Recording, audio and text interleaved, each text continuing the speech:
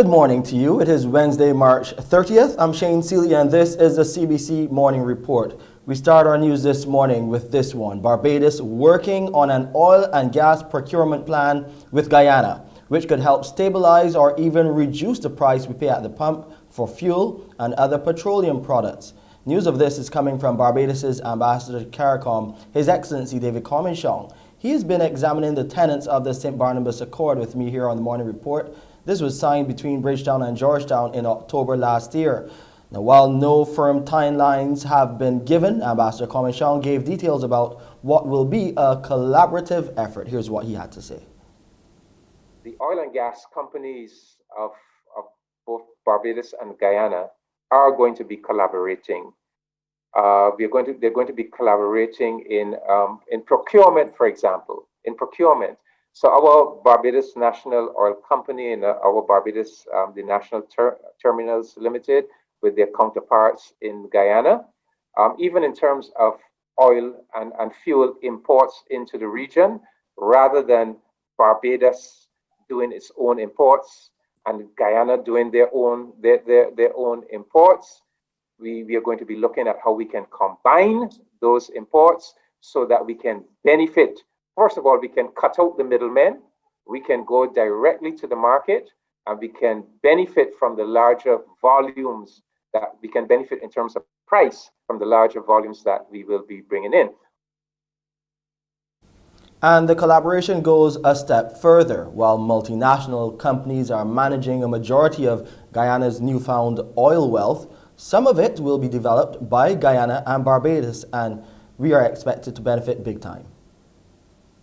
There is a recognition in Guyana that they must develop their own national capacity, so that some of those oil and gas deposits are going to be reserved for Guyana's firms, oil and gas firms, to develop.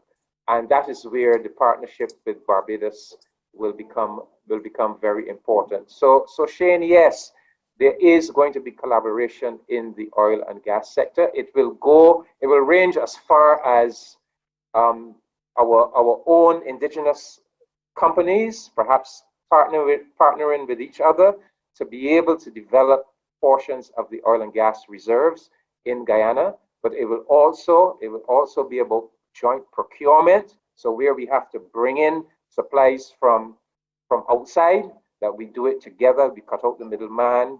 We bring in greater volumes, get low cost, and we have also committed that our businesses and our people, that we should benefit from each other's oil and gas industries.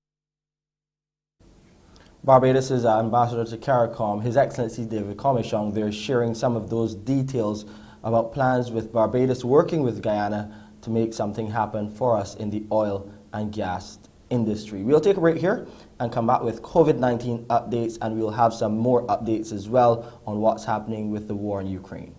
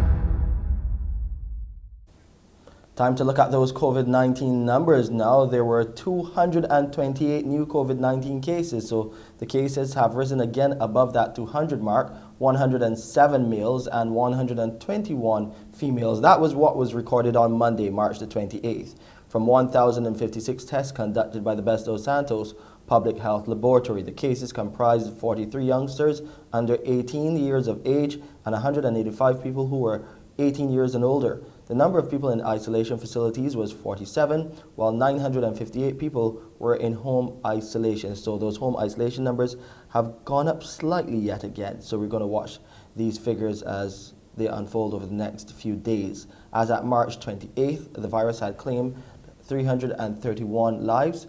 Under the National Vaccination Program for COVID-19, the total number of people with at least one dose is now 161,076.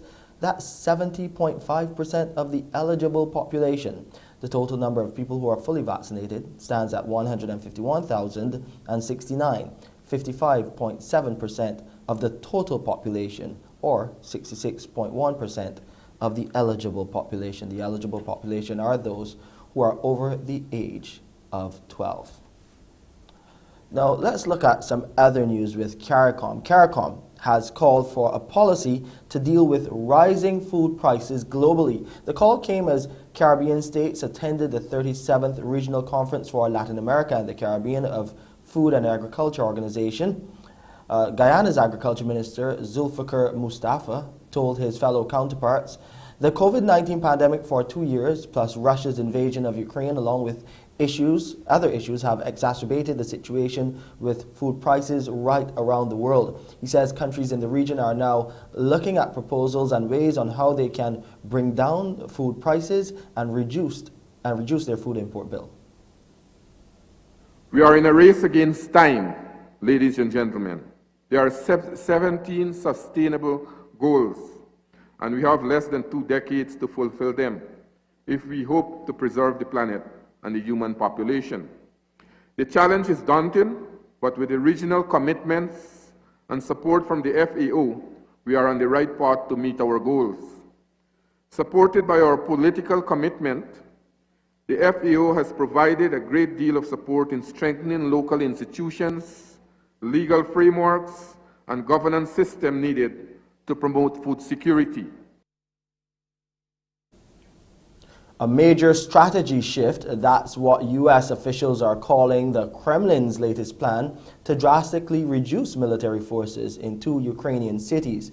The Russian military and the Ministry of Defense says it has decided to de-escalate following peace talks. A significant move on 2 fronts. Russia pulling back some forces from Kyiv and Chernihiv following the latest peace talks with Ukraine in Istanbul, with Turkey hailing the talks as the most meaningful progress yet. More than a month into the invasion, many crediting the underestimated resilience of the Ukrainian people. I do think that Ukraine is in a good negotiating position, much better than they would be had they not been able to push the Russians out of Kyiv. Paramount to Russia's change in strategy, an agreement on neutrality. A Ukrainian presidential advisor saying a meeting between Putin and Zelensky is now a likelihood. But the shelling of northern cities continued on Tuesday, even as the de-escalation was announced. Mr. Mayor, what was that? You have just heard an explosion. That means something has flown in to attack us. You can give this recording to your military and they will tell you that this is not our explosion, this isn't us striking something, this is something that has come from the enemy side.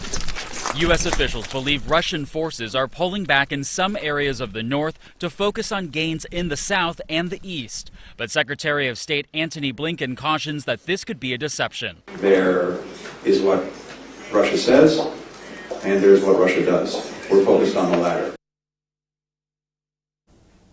Let's go over to Wendy now. It is 6:10 on this Wednesday morning. Let's hear what she has for you on today's edition of Morning Barbados. Some black belly sheep, maybe? Well, maybe, but not this morning. We will have some whales, though. We'll be taking to the water, Shane. There have been a number of whale sightings across the island, and we'll have someone along who can tell us exactly why they're here, what they're doing, and how we can be safe if we wish to get close and interact in any way whatsoever. Along with that, we'll also be speaking with Shamel Rice. She's the founder of Jabez House.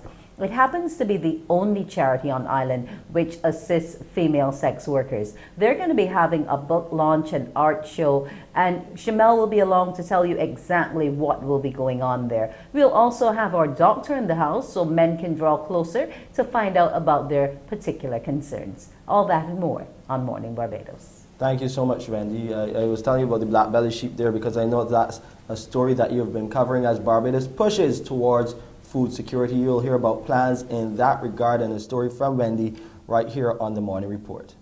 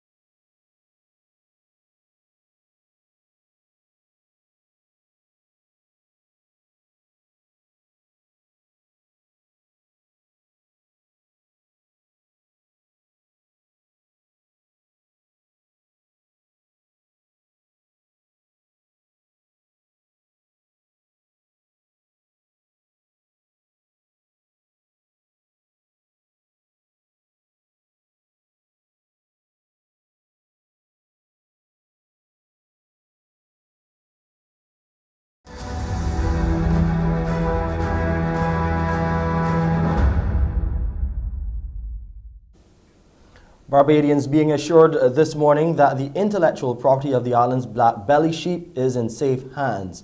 This as Barbados pursues the Million Sheep Share project with Guyana. Wendy Burke has more. A major breeding project of Barbados's black belly sheep, the Triple B brand as it will be called, has already been announced.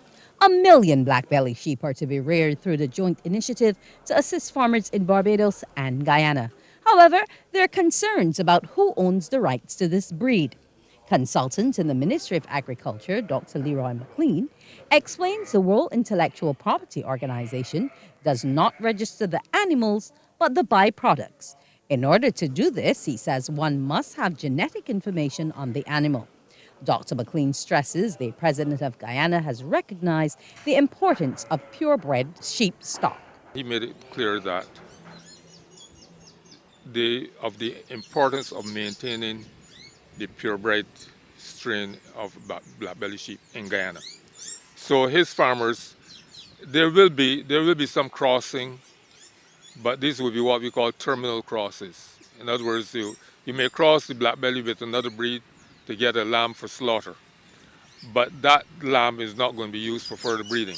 As for the black belly sheep's intellectual property, Dr. McLean explains it's jointly owned by him, the University of the West Indies, and the government of Barbados. He says he completed the gene research while doing a project on the local breed at the UWI.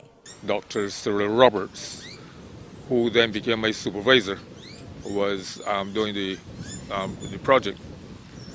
When he was recruited by Cardi, I took over the project, and I then got basically did the analysis, and I'm in possession of the genetic markers that identify what is a Barbados black belly sheep, and more specifically, what is a black belly sheep from Barbados, what is one from the United States Virgin Islands, what is one from Virginia State University, because I did the analysis of of those populations. Those markers, even though I'm the one who did the research, are owned collectively by the University of the West Indies, the Ministry, the government of Barbados, and myself, because the research was done at the University of the West Indies, and there's a system whereby so much, if, for example, there was a financial gain,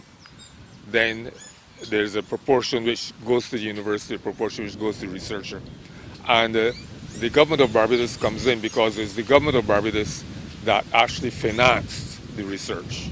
It's understood local farmers will get clearer details on how they will benefit financially from this initiative this weekend. Wendy Burke, CBC News.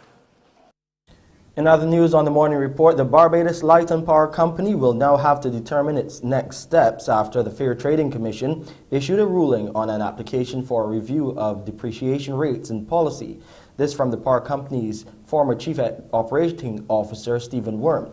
He explains depreciation looks at the lifespan of the power company's equipment and assets to determine how much it will cost to purchase and refurbish equipment.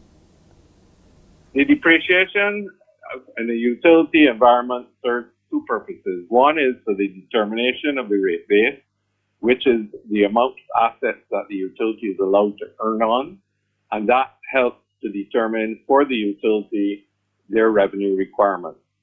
The second purpose is for it to be used as an expense in the income statement, which then helps to determine what that additional revenue that the utility needs to earn. And then that will then result in the amount of increase in rates that the utility will have to go to customers for.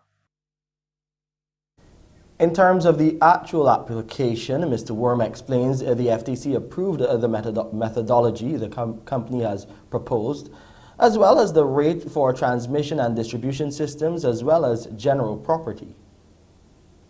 But because of all the changes with renewable energy coming on and potential changes to their generation, it has not actually ruled on the depreciation rate for light and power generation. And I suspect after this decision that light and power would need to go back to the FTC for a determination of that particular rate. So I anticipate that at some point, I don't know if you need to go through the same process, and I doubt it. I suspect the fact that the methodology is approved, it would just be a matter of them approaching the FTC. As to how that impacts customers directly, Mr. Worm, who is now a member of the Barbados Renewable Energy Association, says it will help to form the basis of the figure the power company will present to the FTC in its rate hearing in the coming months. And in response, the power company's Director of Customer Solutions says they remain committed to working with the FTC. Following our review, we will further engage the FTC to clarify aspects of their decision, which was issued on Friday, March 25th. As always, we will commit to working with the Commission to ensure that there is full understanding and acceptance by all involved, and we will provide any further information if required to do so by the Commission. Repairs have been completed on about 60% of the houses damaged in last year's freak storm and during Hurricane Elsa. The update is coming from the Housing, Lands and Maintenance Minister Dwight Sutherland as he moved a supplementary for $14.9 million to complete the work that has to be done on the homes. Now, Minister Sutherland told colleague MPs one of the challenges found was the extent of the damage in that many of the houses had to be rebuilt rather than repaired. In fact, he added that the number of houses which need work increased from 1,341 last year to just over 1,500 by the beginning of this year. We found that some of the houses were in a state of disrepair, and we had to install hurricane straps and rebuild and repair houses to a state that they can withstand a Category 1 or Category 2 hurricane.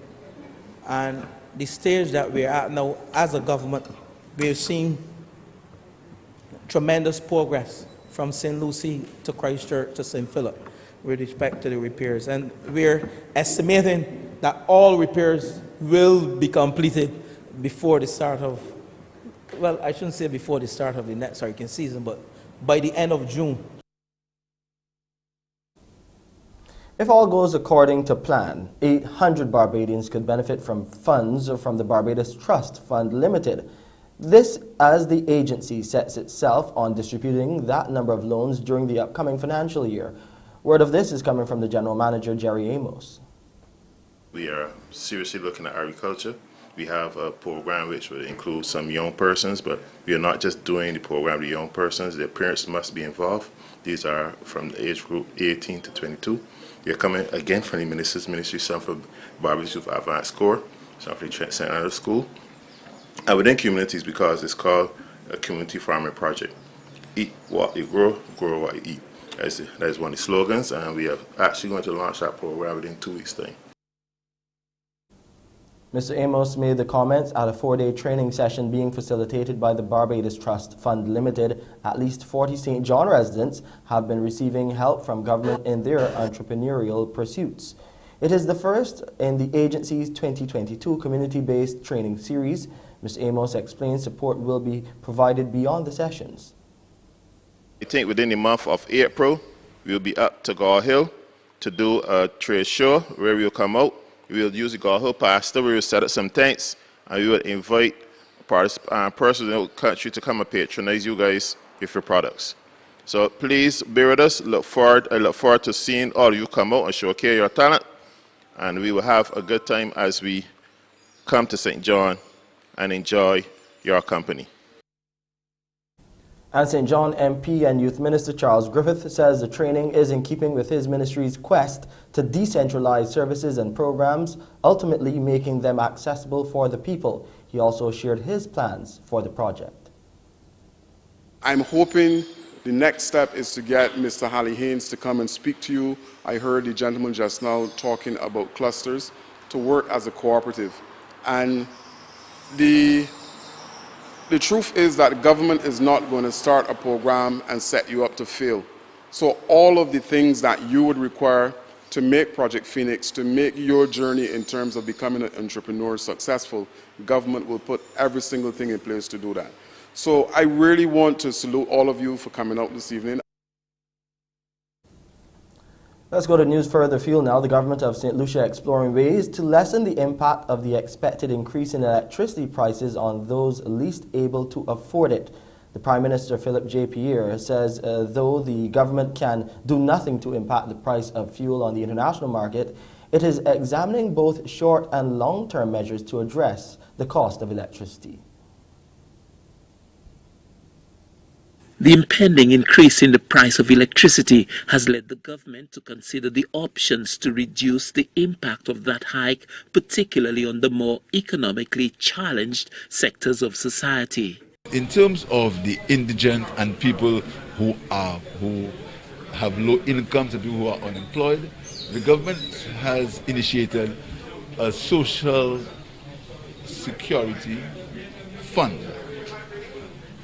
in that they will be supported according to their means and according to their needs. But the real answer for the increase in the price of fuel is a shift from fossil fuels to renewable energy. Lucilex Managing Director Trevor Louisi, in announcing the expected increase in the fuel surcharge for electricity, advised consumers to be more judicious in the use of the service. And while we as a country are powerless to continue to control the international price of oil, there is something as customers we could do, and that is use energy wisely. Given the uncertainty about the duration of this crisis, everyone should take control of the energy usage and avoid waste.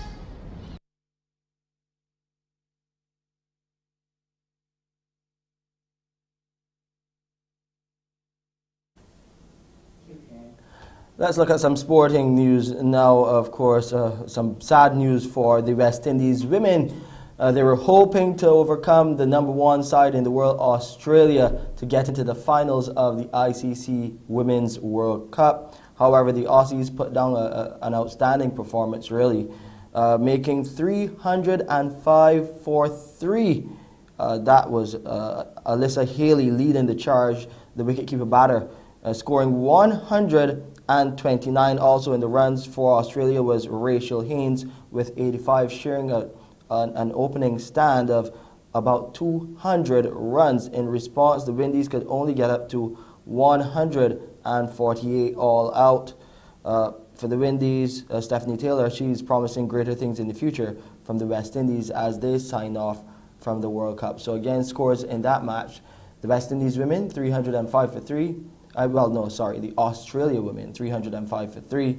Windies women making 148, being bowled out in 37 overs. In some more cricket news, Cricket West Indies recently wrapped up a coaching clinic here in Barbados after selecting the island as the first stop around the region since loosening COVID-19 restrictions. Sean Green was there. The 3-day program saw a mixture of youth and experience, both male and female local coaches, all seeking to improve on their current craft. Kensington Oval was the venue for the exercise, where head facilitator Chris Bramazon led the proceedings, both in the classroom and also on the field, emphasizing the importance of the coach to the game. The coach is central to the experience. We know that these days we don't have a lot of goes to get it right. Kids have a lot of options. The coach has to nail it. So whether it's the first session that the child comes to or whatever, we need to make sure it's a really good experience. And that goes a long way to retaining them in the game. So that's basically, we need our coaches to be spot on from the get-go and make sure they instill a love of the game.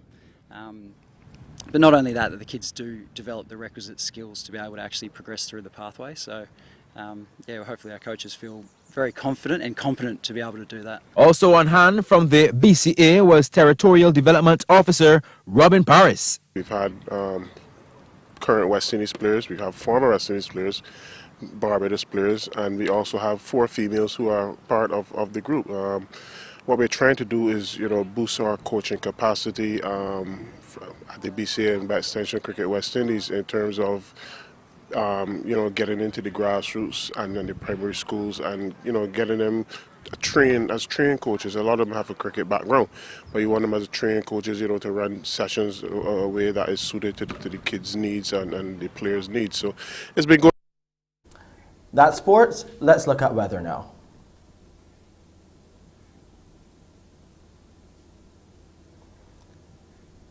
As expected, things are getting a bit warmer on the outside at this time of the morning. The temperature right now is 26.2 degrees Celsius. Outside is looking fair. The relative humidity has decreased. It's down to 64%, so there has been some drying out of the atmosphere across Barbados. The barometric pressure is 13.3 millibars, and those winds are coming out of the east-southeast at 28 kilometers per hour. We'll see a low tide at 18 minutes to 9 this morning. A high tide will be later in the afternoon at about 16 minutes to 4. There will be another low tide later on tonight at 8 minutes after 9. Let's look at the seas now. They're moderate in open water with swells between 1.5 and 2 meters and increasing.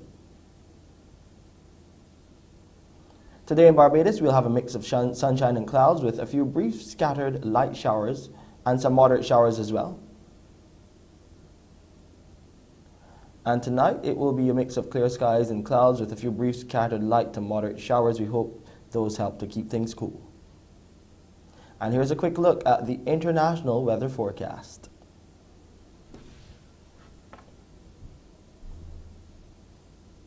That's it for the Wednesday edition of the Morning Report. I'm Shane Seeley. I'll see you at 7 with your headline news. Up next, Morning Barbados with Wendy Burke. Wake up, wake up, wake up, wake up. Barbados, get up. Good morning. Good morning, Barbados. Good morning. Good morning to you. Good morning. Morning, morning, morning. Good morning to you. Good morning. Morning, Barbados. Good morning. Good morning to you. Good morning. Morning, Barbados.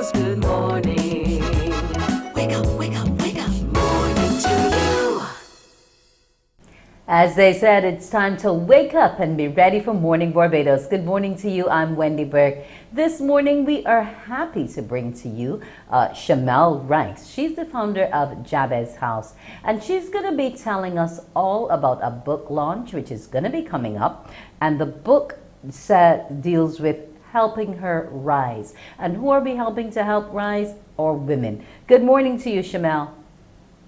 Good morning, Wendy. Good morning, Barbados.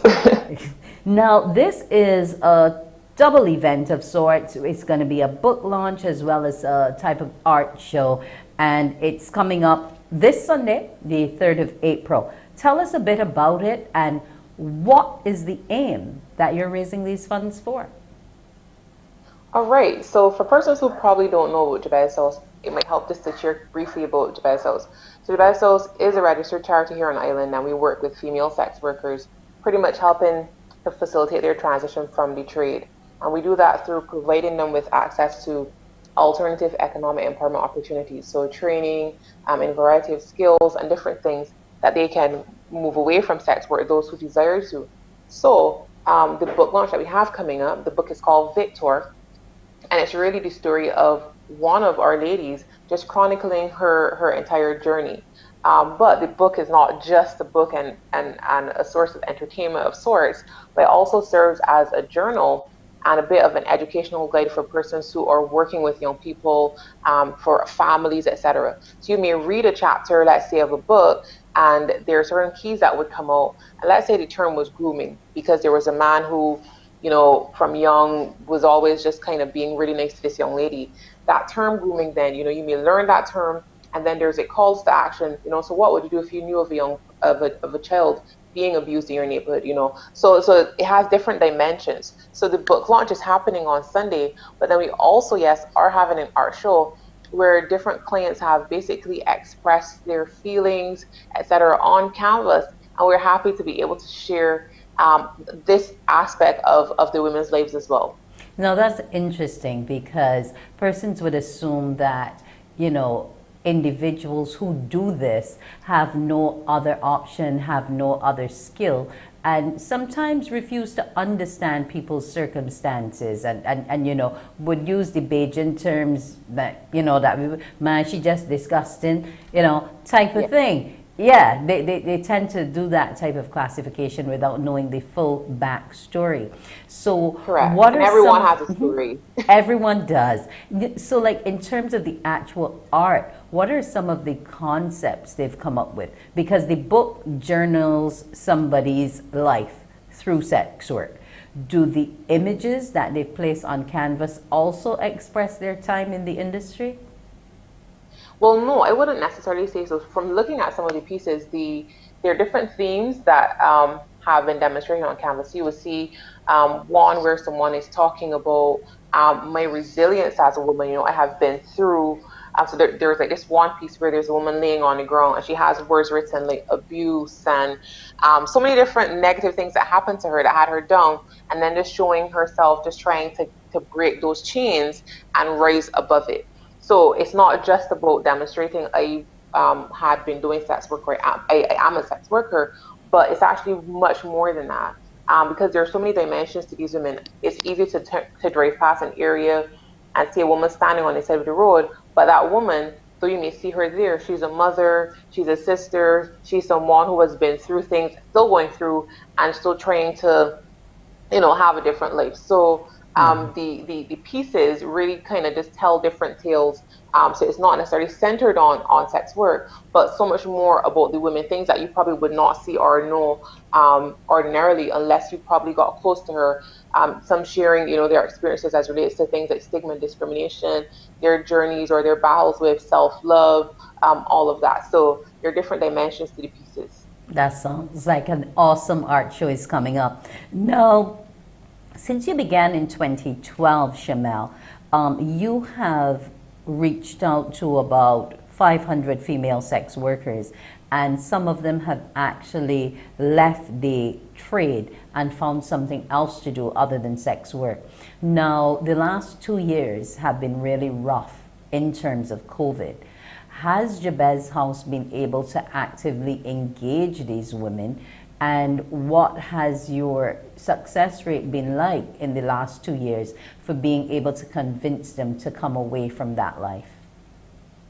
Okay, so I want to start by saying that we don't necessarily try to convince a woman to come away from that life. It really is totally a choice.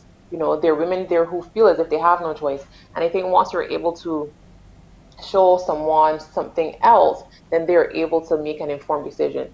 So yeah, since 2012, personally, I have reached out to more than 500 ladies, and I'd be hard pressed, Wendy, to find two women who want to do sex work. There's no woman who just naturally says, you know, when I grow up, I want to be a sex worker.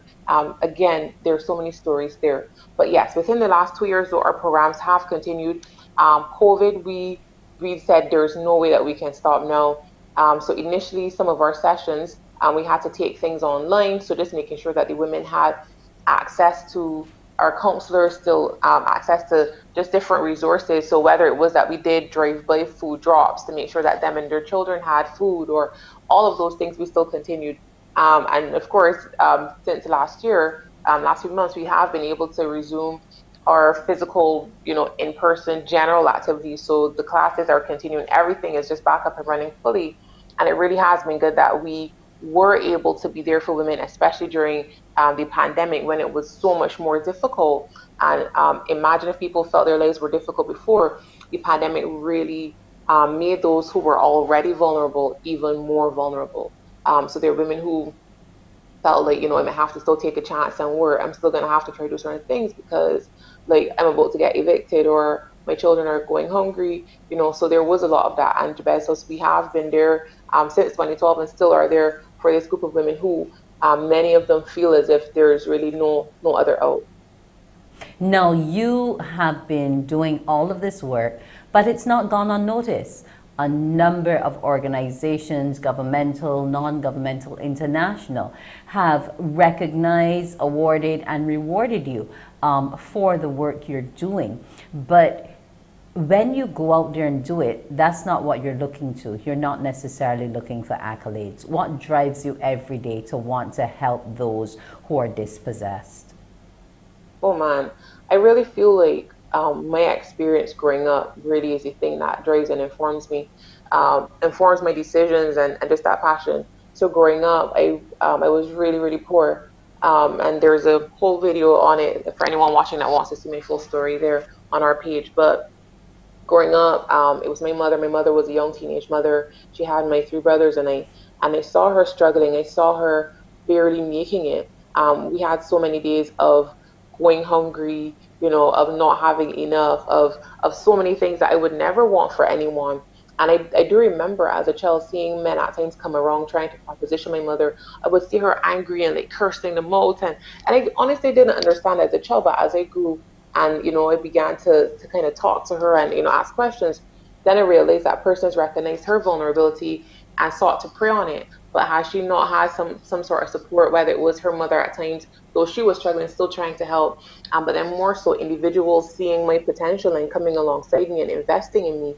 I literally had someone from age 11 say, I'm going to adopt this child because she has potential, and every single month bought everything I needed for school, did everything I needed to make sure that I had access to education and opportunities right through until I finished university.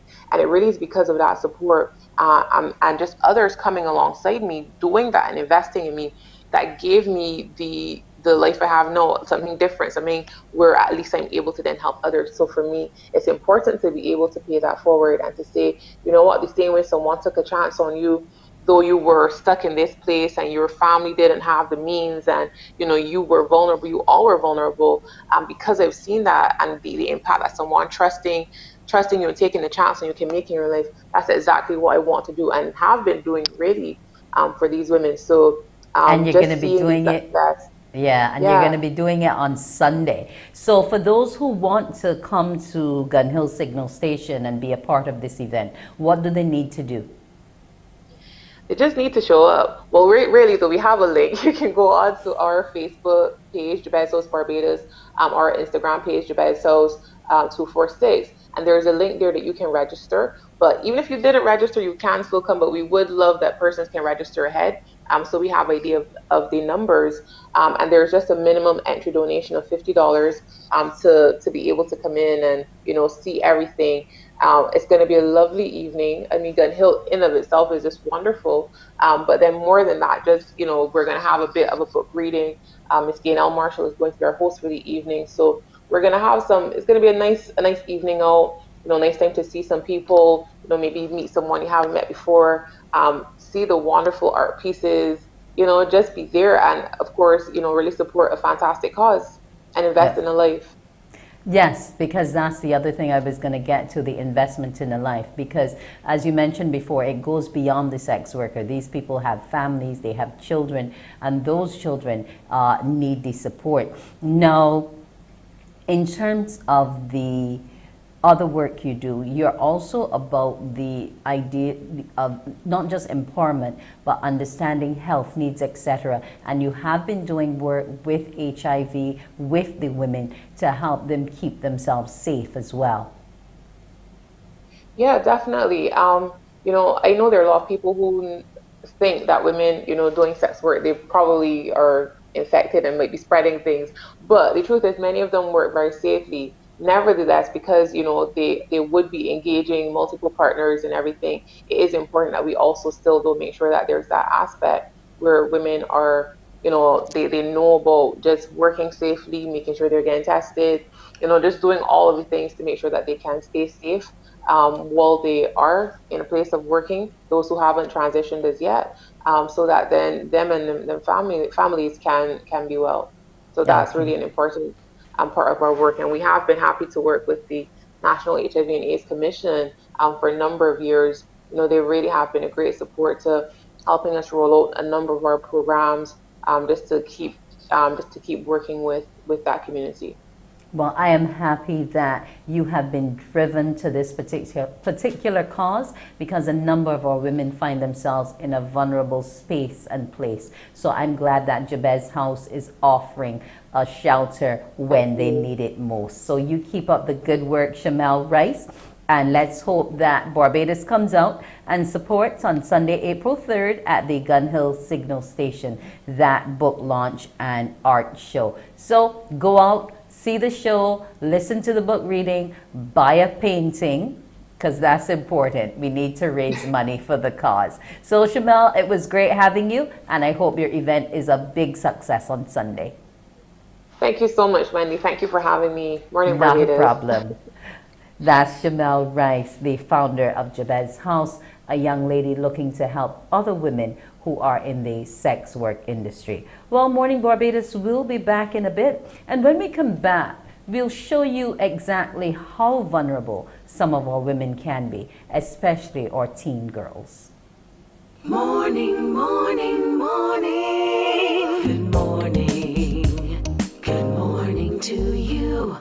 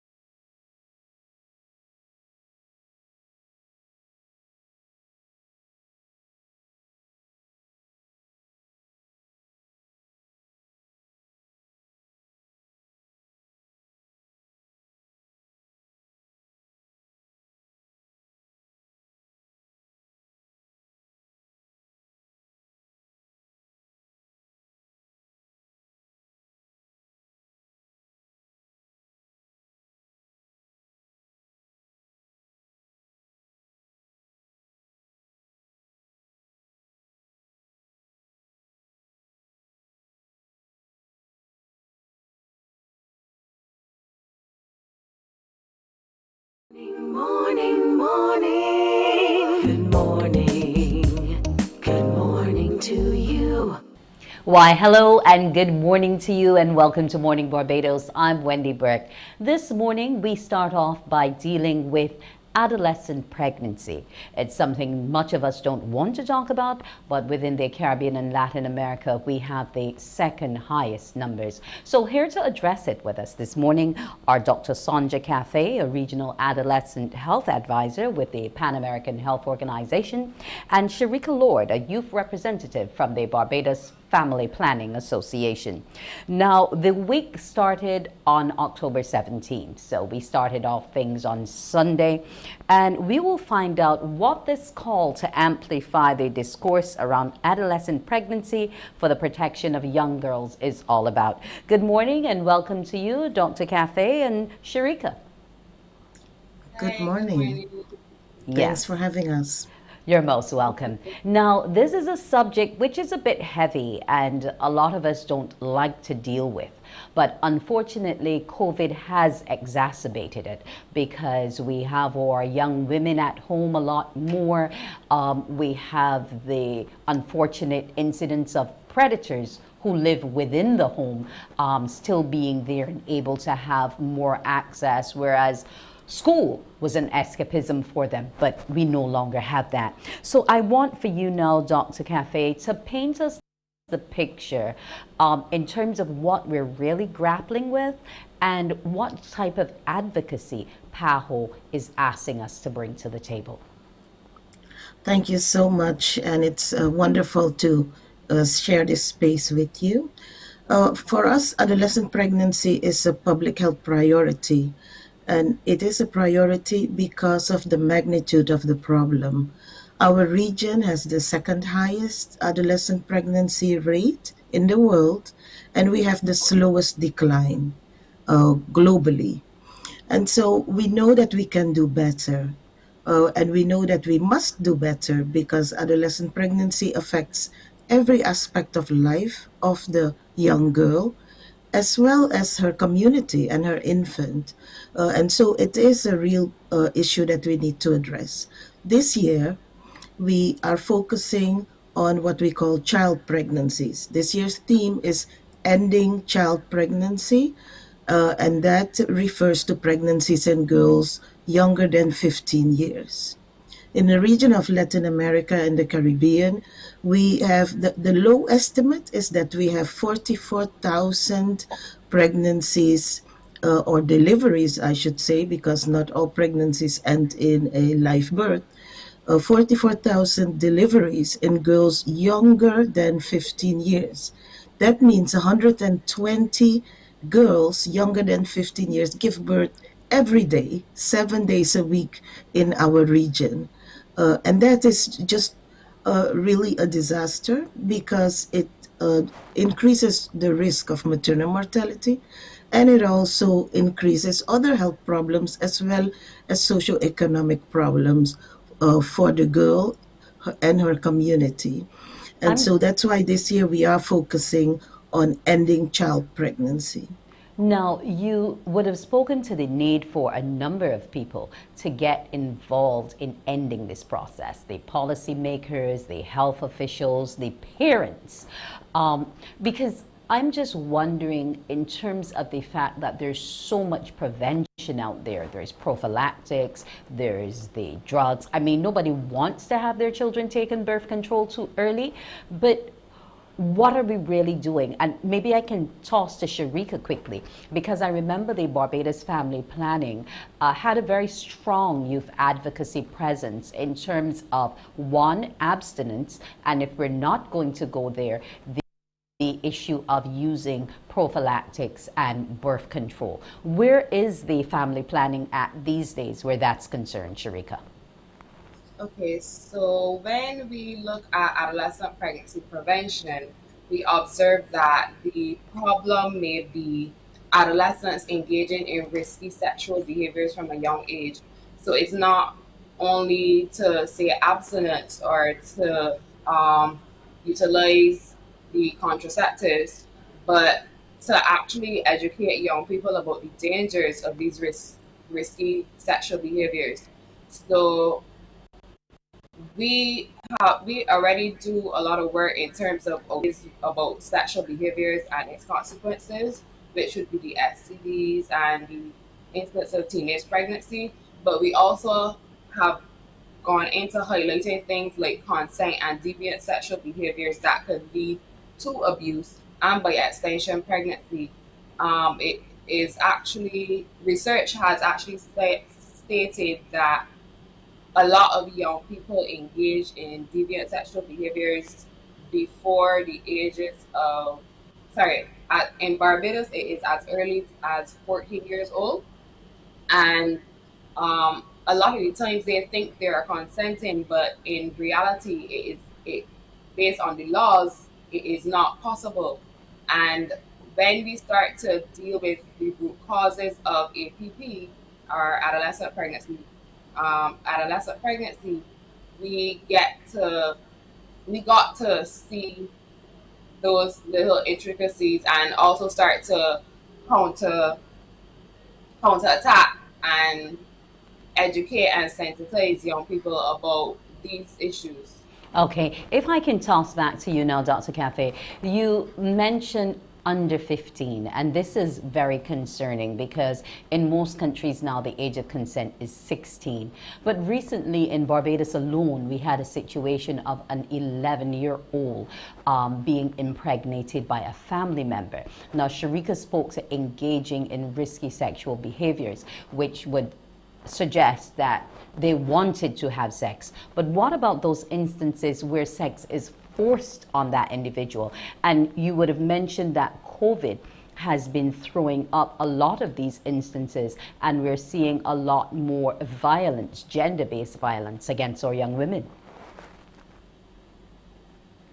Is starting to come in, because there's always a little bit of a delay with data, that it's really concerning the level of violence, sexual violence that women in general and especially girls have been subject to due to the confinement measures.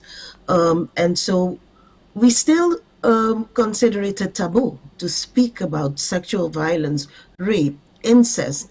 And those are exactly the things that we need to address openly. And we need to, not only on a legal level, but on a societal level, become very firm to condemn this continued sexual violence against our girls that may not always result in pregnancy, but in trauma that also affects her life. And when it results in pregnancy, we need to have a proper response to this young girl, like the 11-year-old you mentioned, who becomes pregnant due to sexual violence perpetrated by a person very close to her. This is absolutely an area that we all need to be concerned about from a legal perspective, from a societal perspective, and we all have a role to play to address this. Now, we do have laws for punishment, and sex with somebody under the age of 16 is still statutory rape on most law books throughout the region.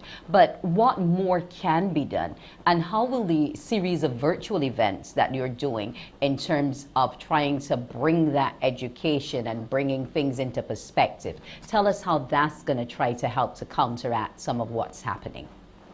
Thank you so much. So tomorrow, there's going to be, on Wednesday at 6 p.m., there's going to be an intergenerational dialogue that brings together parents, teachers, young people to discuss what can each one of us do.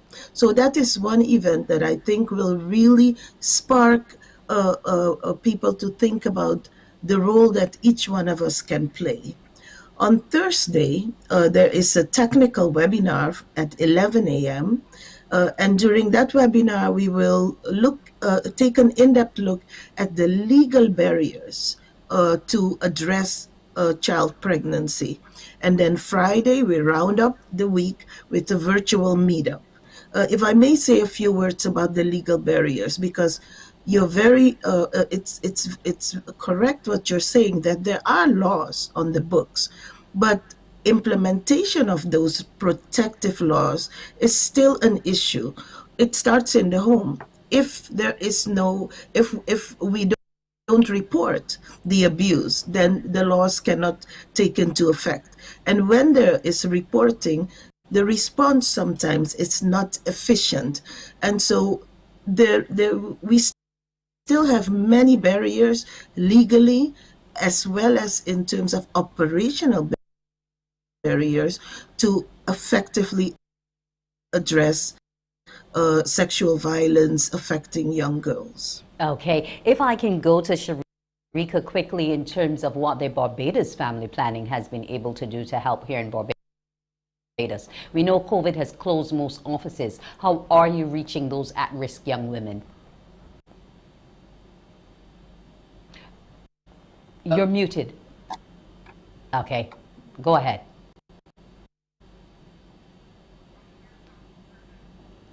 Okay, sorry about that.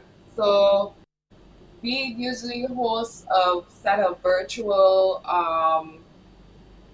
Zoom, Google Classroom, using these platforms to reach the youth. Or we also meet with the young people in small groups, practicing all of the COVID-19 protocols, and especially in regards to APP and things like sexual abuse. I love the fact that my colleague had mentioned the lack of reporting operational protocols, operational laws that actually help this issue.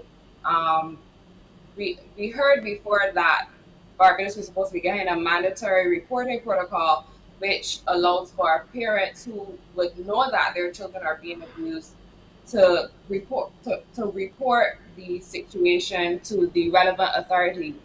Um, and yeah, I think I answered the question. Yeah. Okay. Well, here's hoping that even though it's a heavy subject, we get more ears to be listening to the call, and we get more people involved in stopping violence against these young women. I mean, even in Jamaica with the abduction of those two young girls. And when things like this continue, it's a bit also glaring. So Dr. Cafe and Sharika, I wish you all the best in the work that you're doing during this Pregnancy Prevention Week and beyond the week, as we all become advocates for change and try to protect our young women. Thank you for joining us this morning on Morning Barbados. Thank you for having me. Morning Barbados will return in a moment. Morning, morning, morning. Good morning. Good morning to you.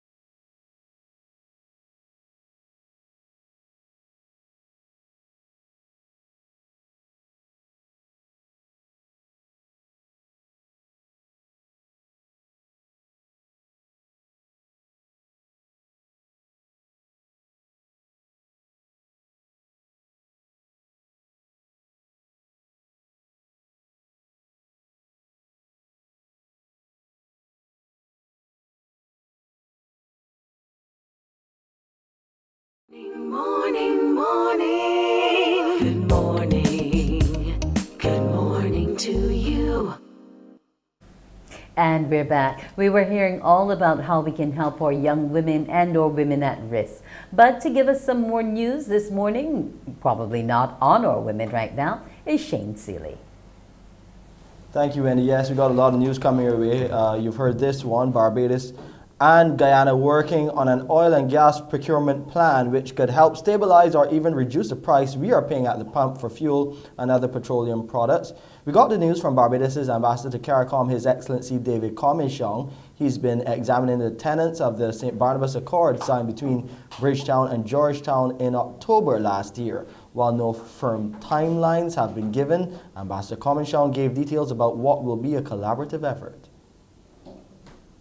The oil and gas companies of both Barbados and Guyana are going to be collaborating.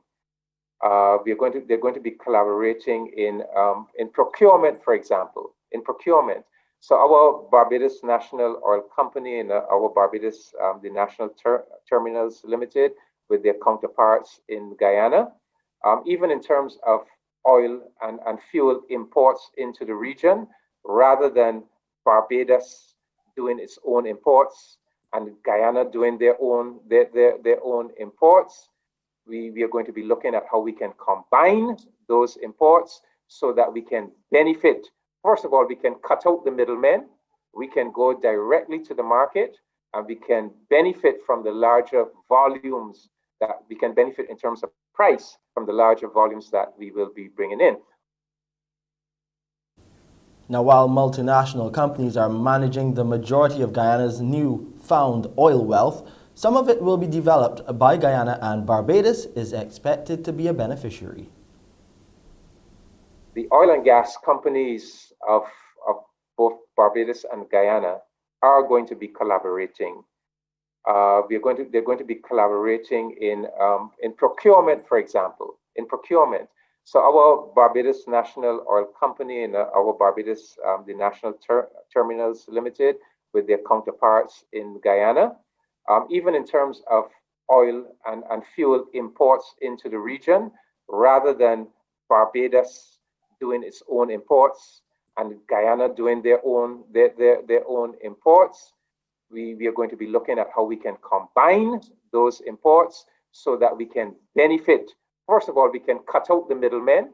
We can go directly to the market, and we can benefit from the larger volumes that we can benefit in terms of price from the larger volumes that we will be bringing in. In the lead up to the Easter break, camp coordinators are concerned with the lack of direction from the COVID-19 monitoring unit. Let's hear more now from our Kezia Innes. With less than 2 weeks before the start of the Easter school break, some camp coordinators are calling for urgent clarity as to whether they will be allowed to hold their Easter camps this year. We spoke with Dean Squires of Combined Faith Christian Sports Evangelism Ministry, who coordinates a basketball camp, and he says he's been receiving numerous inquiries from parents and children as to whether camp will be held during the Easter vacation.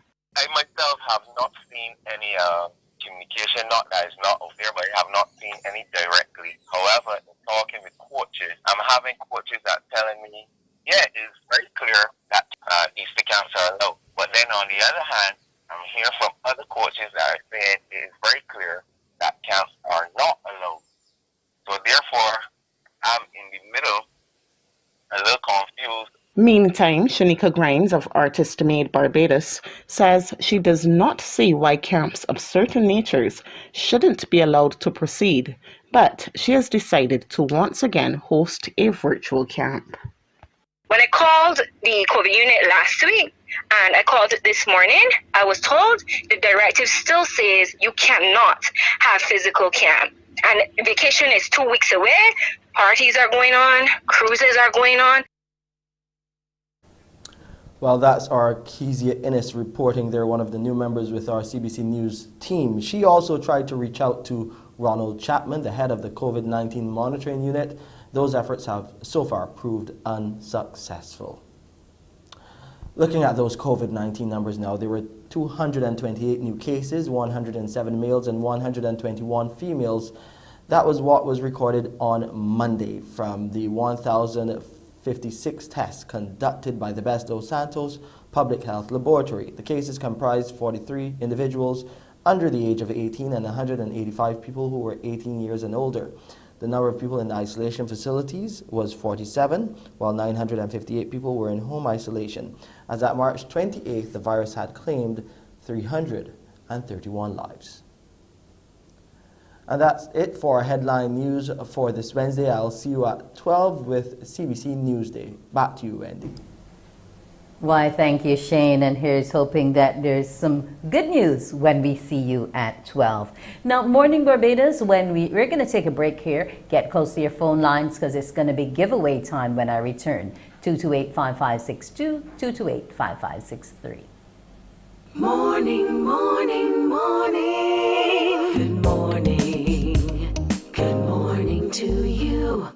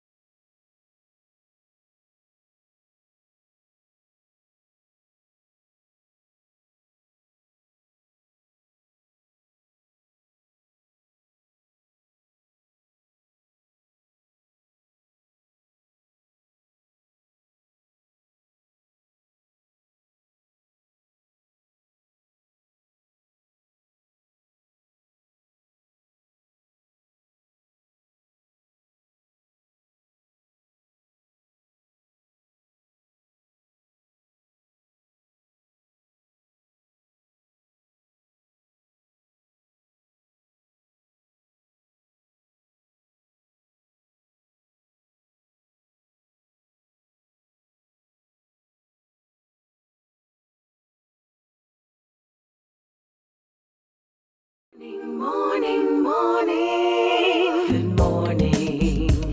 Good morning to you.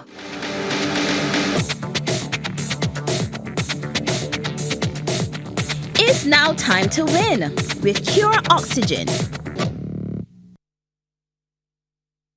And that's exactly what time it is. It's time to win with Cure Oxygen Water Giveaway. And what can you win? Well, the Cure Oxygen Water promotion is offering callers a chance to win a 12-pack of Cure water, a polo shirt, lovely polo shirt, and a matching face mask.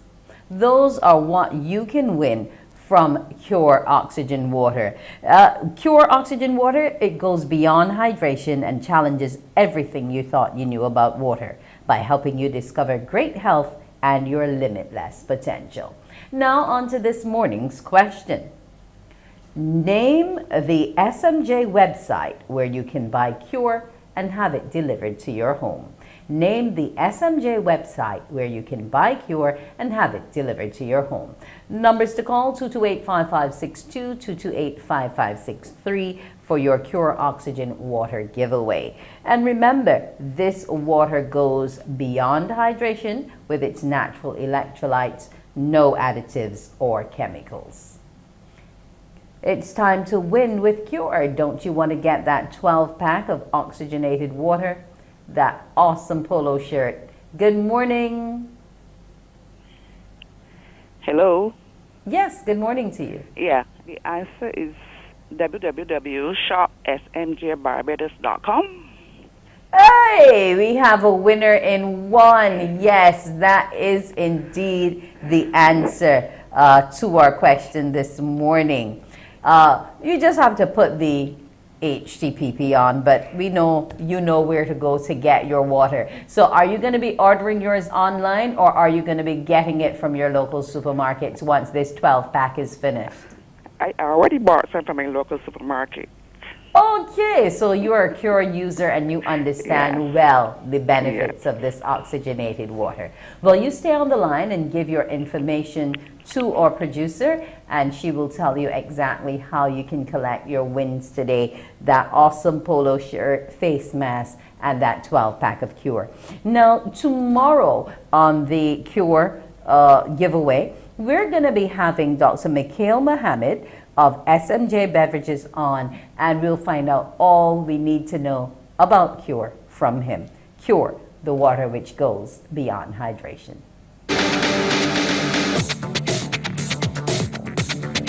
Cure Oxygen.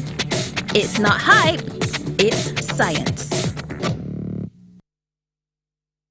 Morning, morning, morning. Good morning. Good morning to you. Behind the science with Cure Oxygen. Your body loves oxygen. The more of it your body contains, the better it could perform. But did you know you can drink oxygen too? Using our unique proprietary technology to infuse pure oxygen into natural spring water, we tap into the incredible health benefits of increased oxygenation with Cure Oxygen.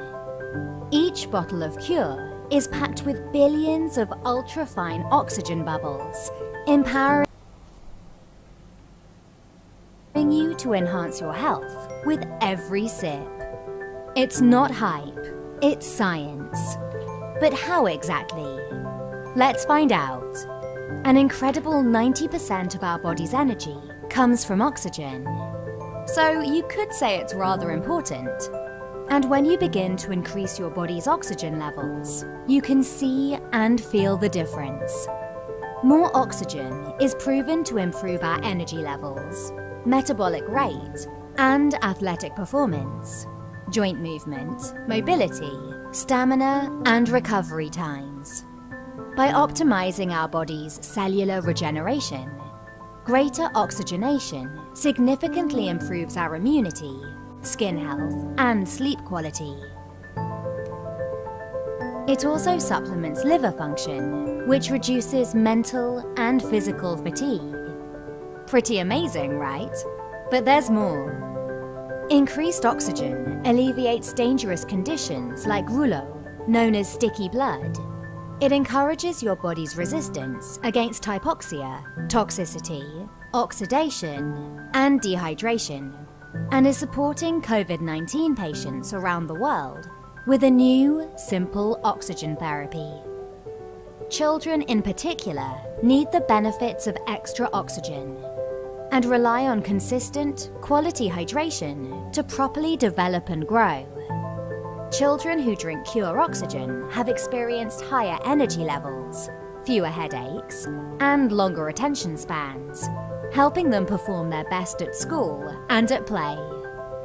And for children with skin conditions like eczema and allergies, distraught parents who've tried every cream, bleach bath, zinc bandage, and more report significant changes and even complete reduction in these conditions after just weeks of drinking Cure Oxygen daily.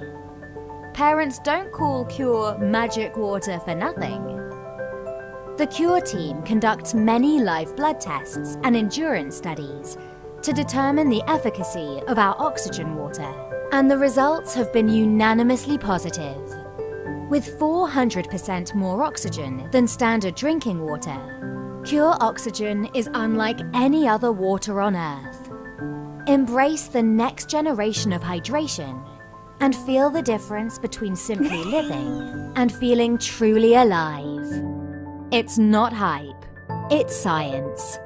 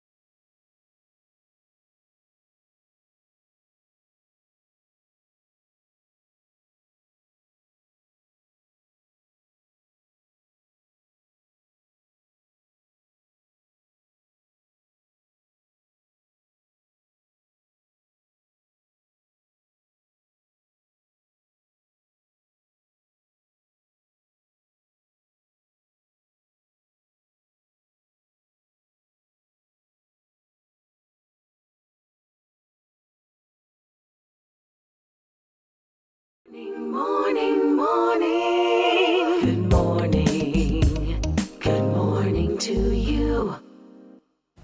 And we're back. And it's time to have a whale of a time. Yes, that's what we're going to be focusing on this morning. We're looking at the whale sightings which have been seen across and around the island within the last few months. A lot of people are wondering why they're here, what type of whales are they? Well, we have someone along who can tell you. Her name is Nicola Simpson, and she's a volunteer with the Marine Mammal Stranding Network for Barbados. A lot to unpack, but she'll tell us exactly what they do. Good morning to you, Nicola.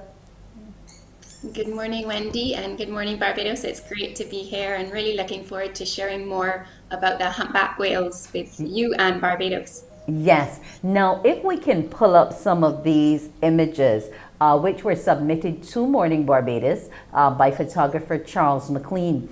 Charles thought that it would be lovely to share with the public just what he saw off of Cobbler's Cove in St. Peter. Nicola, is St. Peter the only place where we've been able to see these humpback whales? No, the humpback whales have actually been sighted along all of the coasts of Barbados over the past few weeks. So the first reported sighting was actually off of the North Point Animal Flower Cave. They often see them from there quite often. So that was the first one. And then there have been some on the southwest and east coast. So depending on where you are, if you're lucky and you look out, you might get to see these gentle giants. Then, and that's the whole thing. People aren't sure if they are really gentle. And just to show you up close how they move in the water, we have some drone footage, Nicola, that was submitted by, I believe you know him well, Alec Drayton, because he's a sailor, but he's also a videographer and a media producer.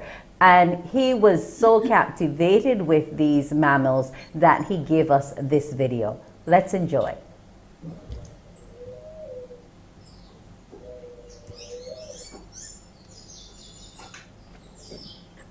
Now, Nicola, they are just coming out of the water with a grace, and I'm noticing that alongside that whale, we can see a smaller whale.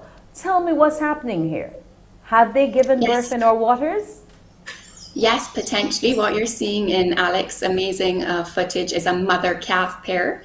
So the humpback whales migrate to the tropical warmer waters of the Caribbean during the winter season to mate, breed, and calf. So you're seeing a mother-calf pair. We don't have evidence that this calf was necessarily born in our waters, but it is believed that it has been born here. So maybe we have a little Bajan whale, and in the next few weeks, the mother and calf might make the long migration route back to the North Atlantic, whether the Gulf of Maine, Eastern Canada, Iceland, or even as far as Norway.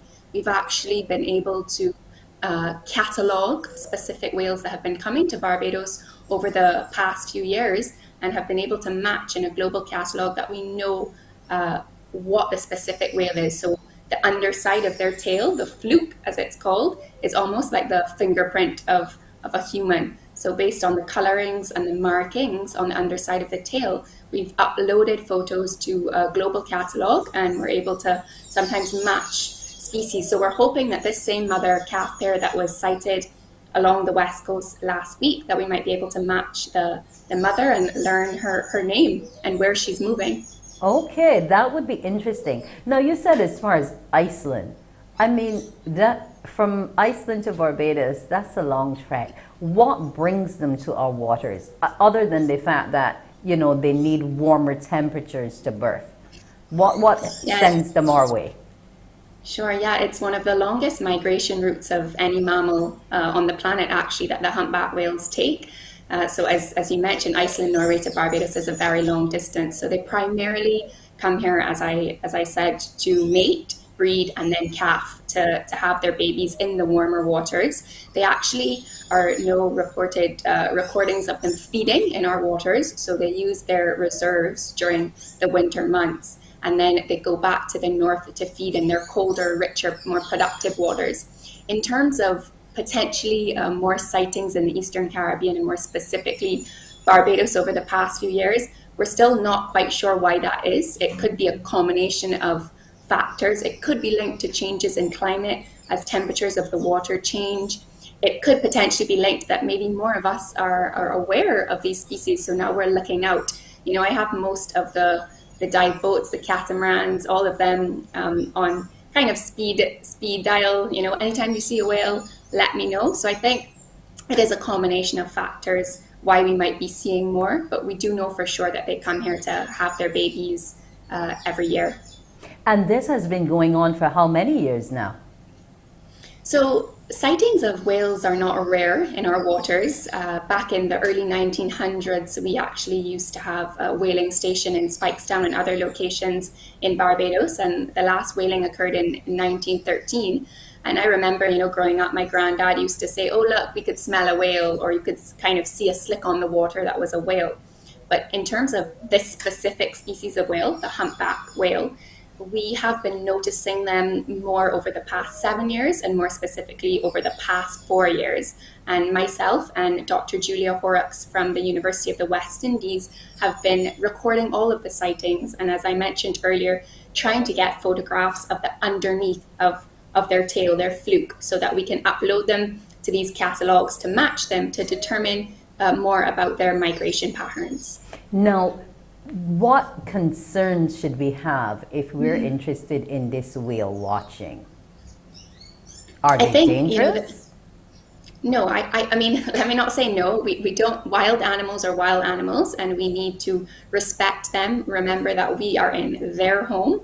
You know, we're visitors to their space, but traditionally, historically, humpback whales are not dangerous. However, if we are looking to make whale watching more official, I think there are a few areas that we need to look out for. Just like any other animal, never get between a mother and her calf. You know, her maternal instinct and protective, nurturing nature will come into play. And although we do not have official whale watching as yet, many of the boats, the catamarans, are going out, and many locals and visitors are getting to experience these magical moments. I would not, you know, recommend swimming with them. Again, you don't want to get between the mother and the calf. And when the whales are in the warmer waters of the Caribbean, they're actually seen quite close in quite shallow water, and you wouldn't want to scare them and potentially cause them to beach or strand. And we do have some whale watching guidelines, which I have shared with many of the boat operators and water sports operators so that they are aware of how to safely watch whales. It definitely is a potential opportunity to diversify our tourism sector.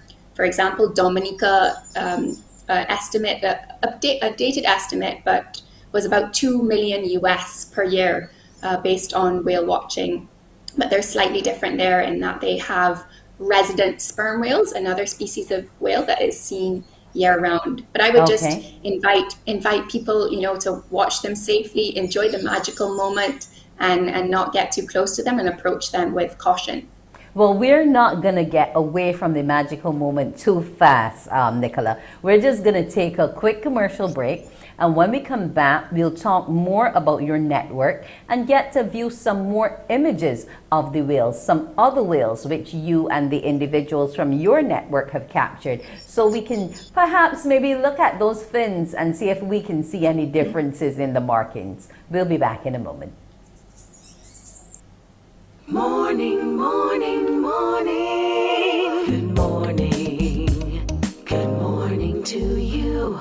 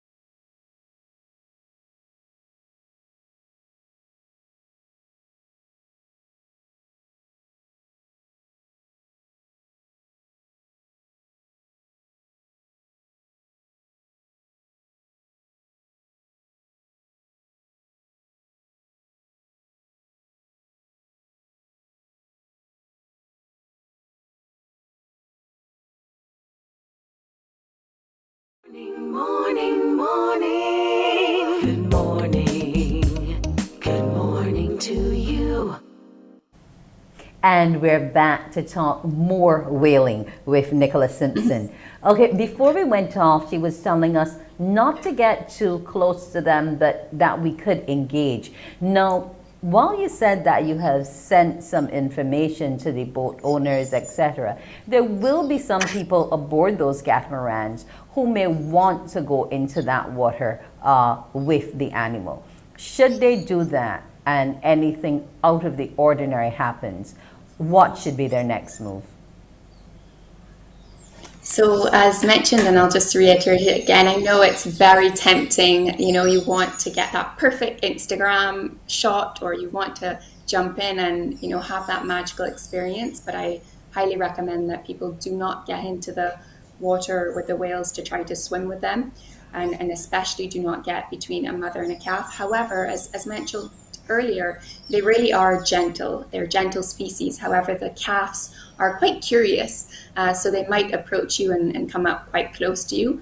But if you happen to be in the water swimming, quite often divers actually can hear the whales underwater. If the whales do approach you, just let them approach you cautiously and enjoy the moment, but do not swim towards them, chase them, try to hold on to them, anything of that nature.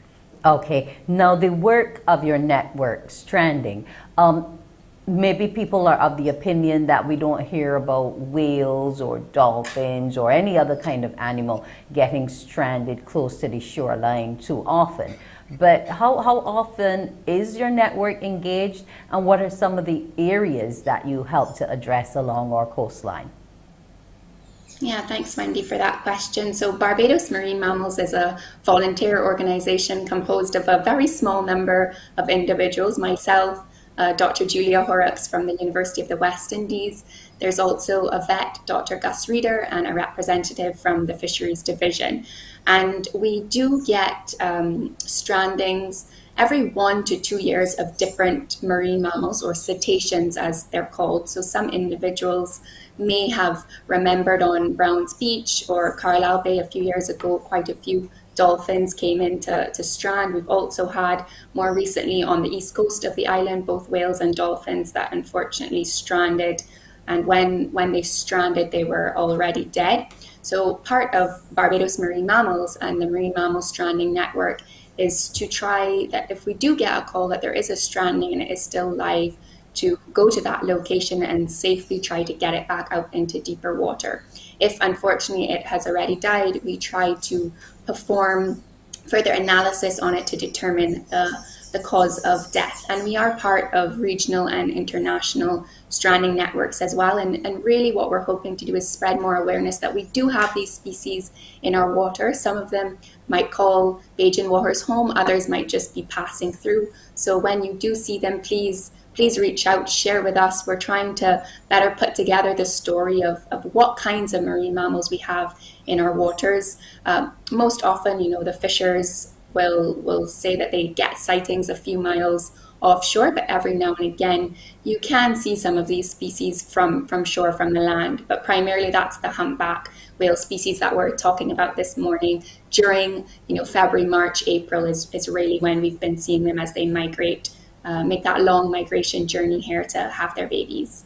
There's some viewers who want to see some more of the magical moments of these whales in the water. Perhaps I can get my director to just punch them up there again for us, so that individuals can see just how majestic they are and how their bodies glide through the water. Now, Nicola, what you were saying is potentially an industry, I think, is something that maybe, could be explored a bit more in terms of how we can, make something of it. But these animals apparently are also very engaged by us. And according to Alec and Charles, sometimes they would just drift a little closer to the boats and just watch you for hours on end, do whatever it is you're doing on the pleasure craft. So I guess they're enjoying watching us as much as we're enjoying watching them. Yeah, there does seem to be quite a relationship being formed, and in some locations where they've been able to identify the whales, there is a bond there. And in the case of Barbados and the whales that have been sighted over the past few weeks and the past few years, they are curious, and the humpback whale is a great species for whale watching because they are quite active. Sometimes they'll just be swimming, floating in the water, but other times they'll jump, as you just saw, in that footage from Alec, or they'll slap their fins. So they are quite a charismatic species, and they are quite curious about humans and our movements. Sometimes that might be a good or a bad thing. We don't want them to get too comfortable, because although there is a commercial ban on whaling, whales are still caught by some of our neighbours in Bequia, caught and killed. So yes, there are opportunities for whale watching. If it's going to be done, it needs to be done and managed well, where we're not impacting the whales, because in addition to changes in climate, most of the other threats to these beautiful species are us, our humans, getting hit by boats and vessels, getting entangled in fishing nets. So we really want to just try to enjoy the moment and let them continue to be in their home. And they still very much are an endangered species. So globally, there are different levels of status.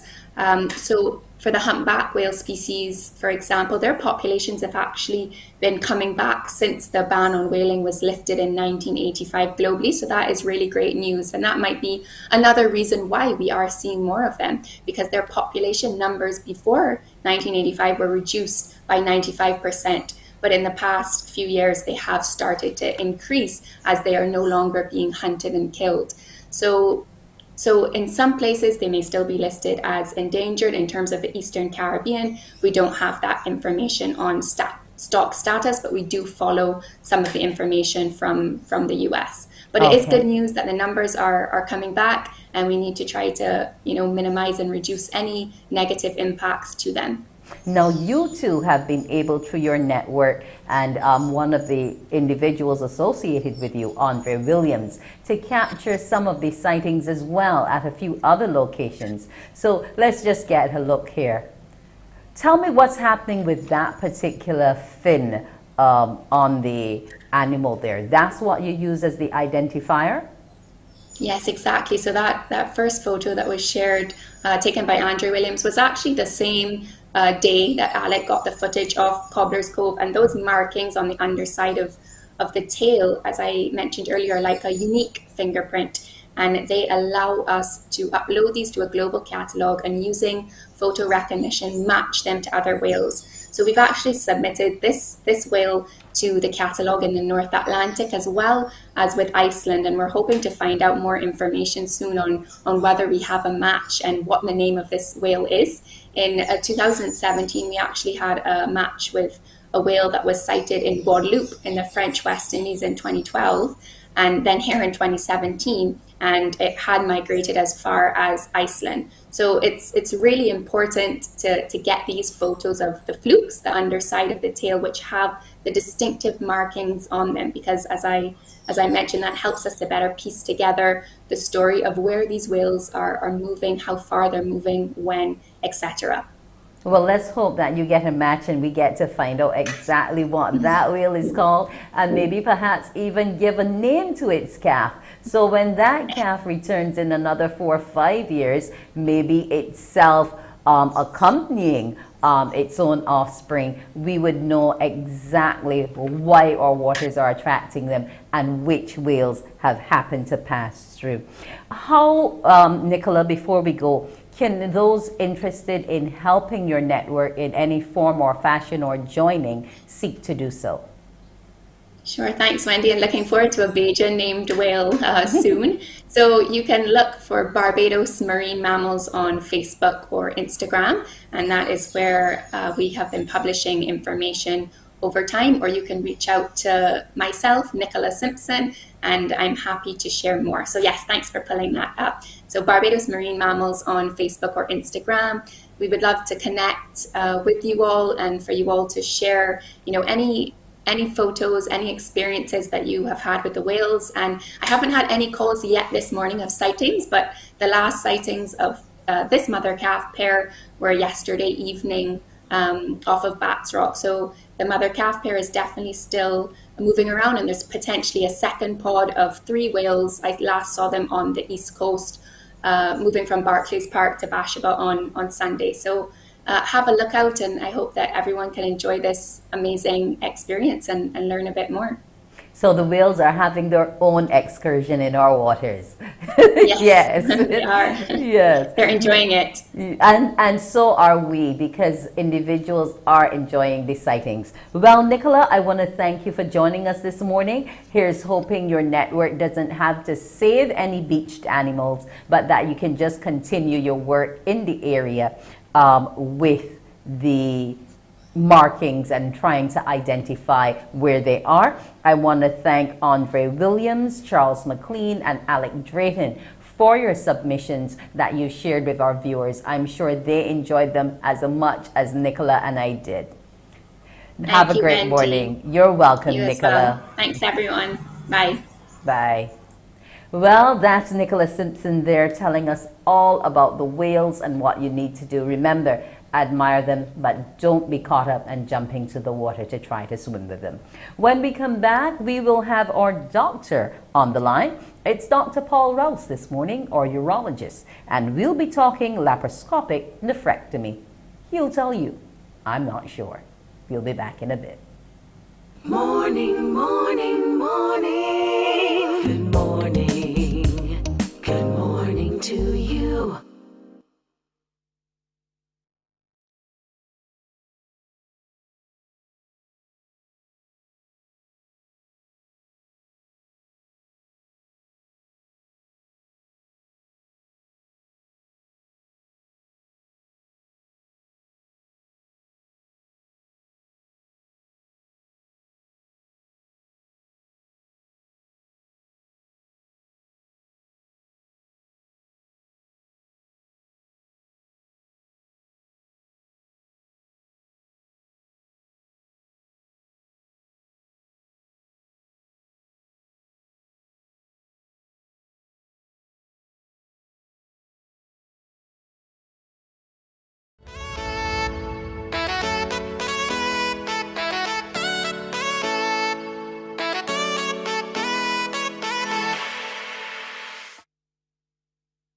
And it's time to talk to our doctor. This morning, it's Dr. Paul Rouse, the urologist, and he's here to tell us about something called laparoscopic nephrectomy. Good morning, Dr. Rouse. Okay, it looks as though Dr. Rouse is still getting laparoscope, but he'll be with us in a bit to tell us about this issue here that we will be looking at this morning with our doctor on the line. Now, the laparoscope I'm familiar with. The nephrectomy, I figure it has something to do with our kidneys and our renal system, but he'll tell us exactly what it has to do with that. And things like kidney stones, etc.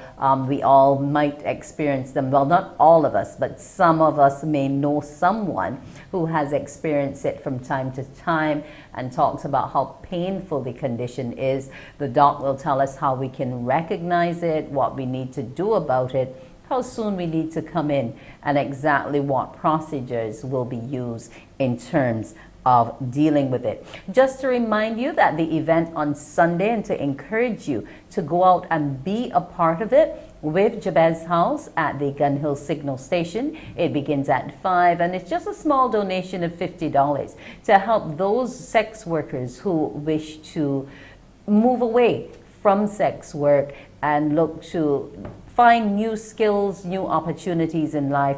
That's what Shamal Rice has been doing, and I want to encourage you to help her along the way and give to this charity. Now, let's see if we can find Dr. Rouse. Okay, he's not quite yet there, but he will be telling us about renal carcinomas, types of cancer. See, I found out just a little bit, but he will tell you how much more we need to go. Oh, yes, let me wish my good friend Gabberks, the only one I allowed to call me Wenderks, a happy birthday. So to Dr. Anthony Gabby Carter, here's wishing you an awesome birthday and hoping that you enjoy whatever it is you do today. Now it's time to go to Dr. Rouse. Good morning to you. Okay. Now, I am hoping, Good morning, Barbados. yes, that this laparoscopic nephrectomy will not give any male I know any of the problems like what you just had with your system this morning. Let's get right into it. Now, what are we talking about here when we talk about laparoscopic nephrectomy? Break it down. So I just really wanted to introduce or let the public know that we are offering this service where unfortunately some people, for whatever reason, whether it be, if we can start the presentation, whether it be for benign problems or whether it be for unfortunately cancer, that sometimes they need to have their kidneys removed. And in terms of some of the benign conditions, and by the way, not only men, but also women as well. Yes, most of my patients are men, but I also see women for kidney, bladder, ureteric problems because they also have bladders. So in this graph, I'm just really talking about some of the benign conditions that unfortunately we need sometimes to remove the kidney. Really when the kidney has damage from disease process to the point where it's not functioning very well, sometimes unfortunately we then have to remove the kidney. And some of the more common conditions would be things that we've talked about many times, like stone disease. So if you have a very advanced stone disease or long-standing stone disease to the point where you've had recurrent infections, you're having a lot of pain from your kidney, and we've tried all sorts of measures to save that kidney, but then the kidney function is pretty poor. Depending on which side of the Atlantic, the patient's underlying conditions, if that kidney is contributing less than 10 to 20% of the overall kidney function, unfortunately, sometimes we would have to recommend that the kidney be removed. But besides stone disease, there can be things like a condition called PUJ obstruction. This is where there's a congenital obstruction of the kidney. Sometimes this can present at birth or later on in adulthood, or sometimes even quite elderly patients. Occasionally, sometimes I get them presenting well over the age of 60 with a non-functioning kidney, and therefore we have to remove the kidney. And this one is just showing a patient here with quite advanced disease. Just to give you an idea how those white globs in the center there are lots of stones, and sometimes if that kidney is not working, you have to remove the kidney. Well, the stones, the mass of the stones is almost the same length of the kidney if you turn it around. The kidney, correct. Oh, wow.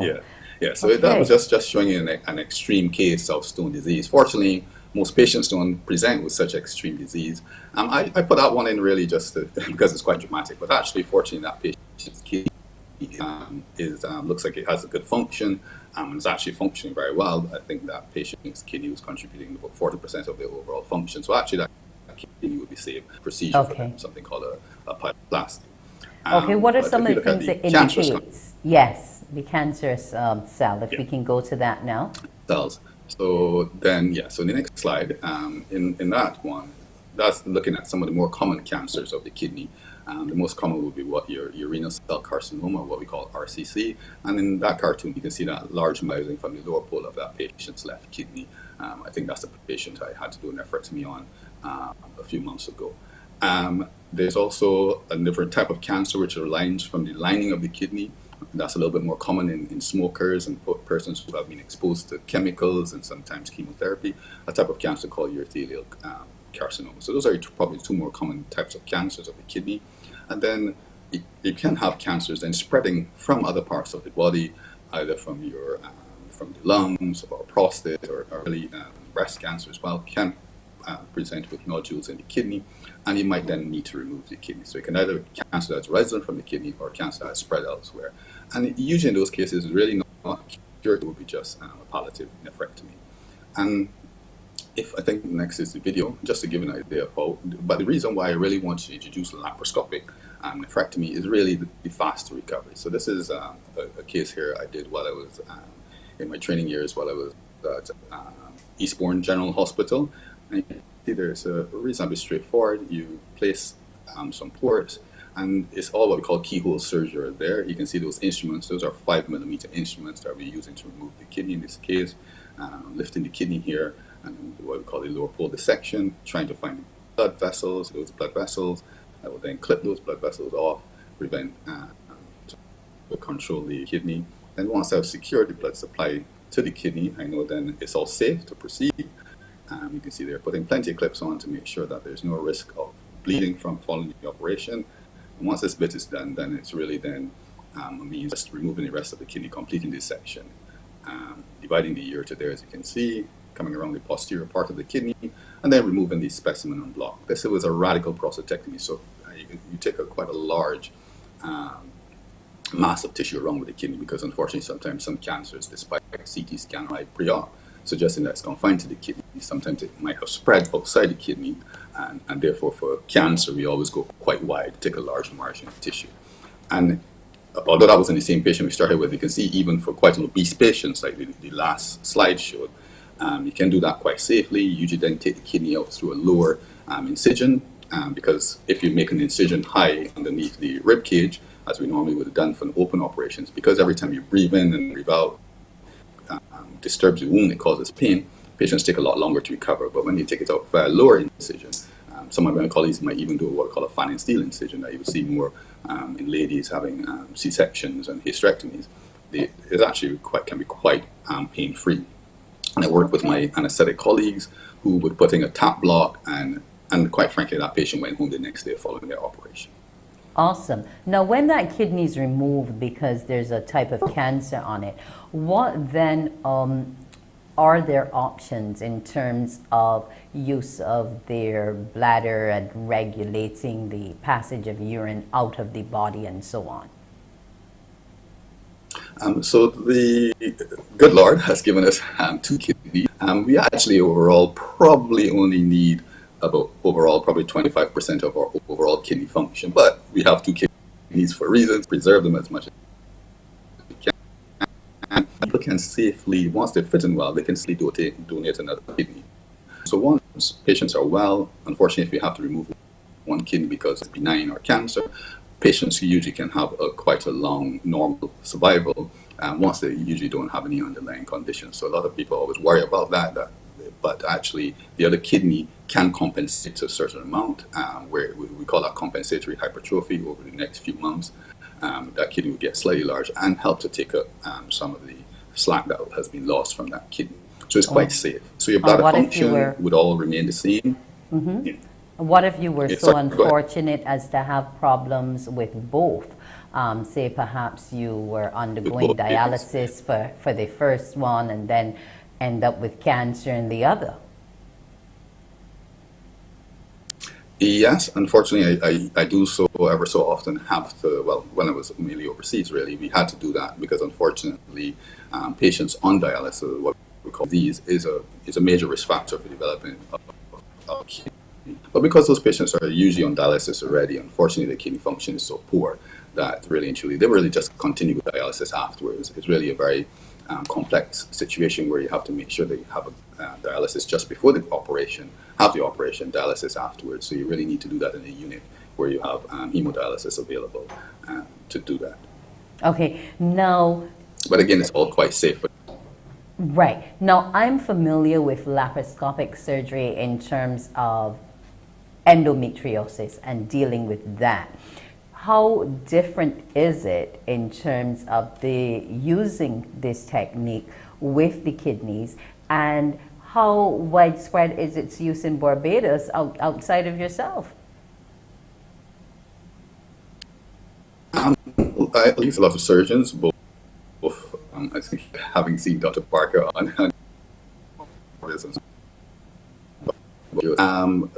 colleagues also offer laparoscopic surgery, and general surgeons as well, or I believe are also offering laparoscopic surgery for all. So it is very common, it is standard of care really, because of the very fast recovery. Doing these, we call them minimally invasive, but actually they're actually quite invasive on the inside, minimally invasive on the outside, so that you only see small and help.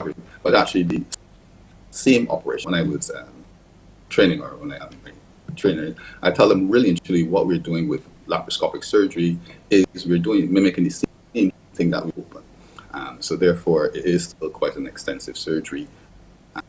Surgery being done on the inside is all just being done with these very small instruments. As you can see there, with mine, it was 5mm instruments. Sometimes you can use slightly larger instruments or 10mm instruments. And way back a few years ago, say 10, 15 years ago, we were playing with the idea of even using very small 3mm instruments. So when you saw the scars afterwards, there was practically no scar.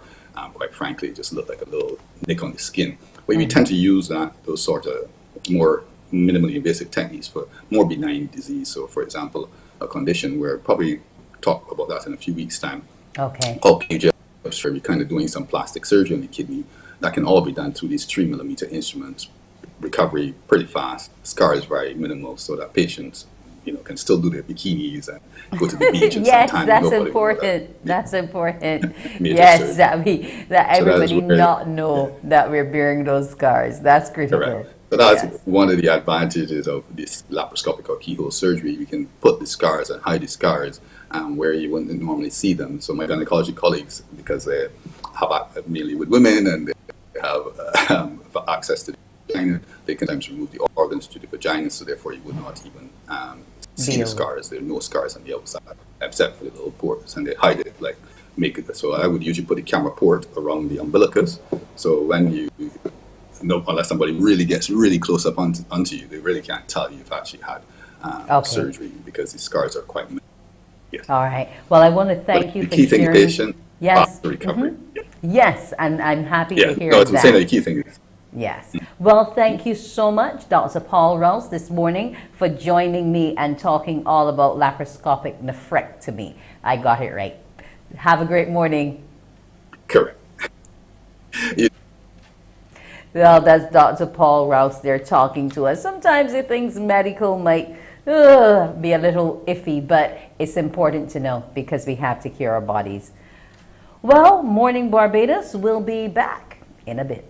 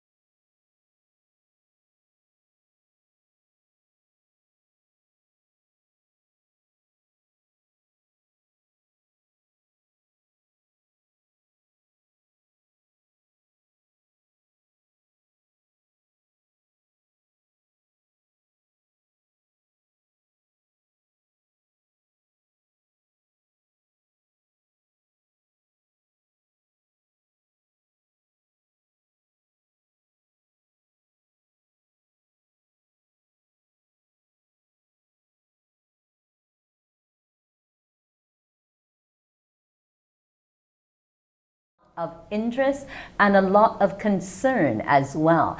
And I just want to remind you to go on out to the Gun Hill Signal Station on Sunday for Jabez House's book launch and art show, so you can help the charity out, help those women out. You never know their state. I especially love the book cover, which goes from victim to victor, because that's what we are when we overcome the struggles we have in life. Now, the event is called Help Her Rise. The book launch, the book is called Victor, as I said, and it's going to be at the Gun Hill Signal Station from 5 until 7 on April 3rd. Make that minimum donation of $50. You can go to Jabez House's Facebook page or their Instagram page to see how you can register. They would prefer that pre-registration given the COVID protocols and so on, which we have on hand.